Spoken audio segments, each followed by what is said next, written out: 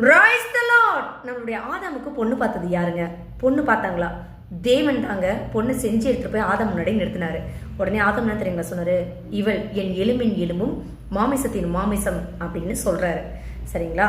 அப்போ நம்ம திருமணத்தின் போது ஒரு சில வாக்குறுதிகளை வந்து தேவ சமூகத்துல வந்து தேவனுக்கு முன்பாக, அதாவது சொந்த பந்தங்கள், தேவன், அதுக்கப்புறம் ஃப்ரெண்ட்ஸ், இவங்க எல்லாரும் முன்னாடியும் வந்து ஒரு சில வாக்குறுதிகளை வந்து கொடுக்குறோம். அந்த வாக்குறுதியை தொடக்கத்தில் நம்ம கொடுக்குறோம் இல்லைங்களா, அதை அப்போ மட்டும் காப்பாற்றக்கூடாது. அந்த கிராண்ட் மேரேஜ், அந்த ஃபங்க்ஷனு அப்போ மட்டும் எல்லாரும் முன்னாடியே வந்து வாக்குறுதி கொடுத்துட்டு வாக்குறுதி எங்கேயோ அதுக்கப்புறம் பார்த்தா வாக்குறுதி கொடுத்துட்டு இடம் தெரியாமல் ஓடிடும். அப்படி இருக்கக்கூடாது. பிகினிங்கில் என்ன வாக்குறுதியை கடவுள் முன்னாடி கொடுத்தீங்களோ, கடைசியாக இறக்குற அந்த நிமிஷம் இருக்கு இல்லைங்களா, அது வரைக்கும் அந்த வாக்குறுதி வந்து காப்பாற்றக்கூடியவங்களா இருக்கணும்.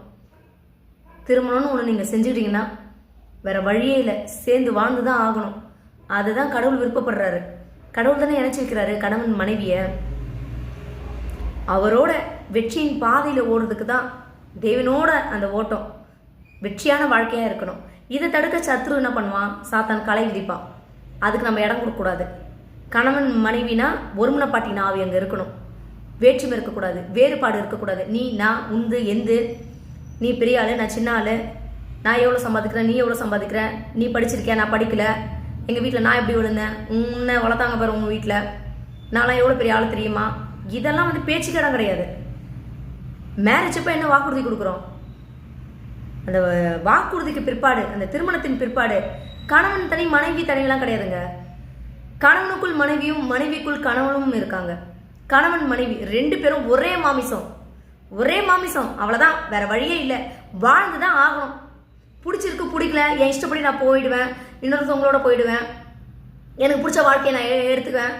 அதுக்காக மேரேஜ் பண்ணீங்க, அதுக்காக வாக்குறுதி கொடுக்குறீங்க, அதுக்காக வந்து ஒரு கிராண்ட் ஃபங்க்ஷன் ஒன்று நடத்துறது கிடையாதுங்க. இறப்பு தான் ரெண்டு பேரையும் பிரிக்கணுமே தவிர கணவன் மனைவி கர்த்தருடைய கரம் பிடிச்சு கடைசி வரைக்கும் வெற்றியா அவர் கொடுத்த அந்த வாழ்க்கையை சக்சஸ் பண்ணி காமிக்கணும்.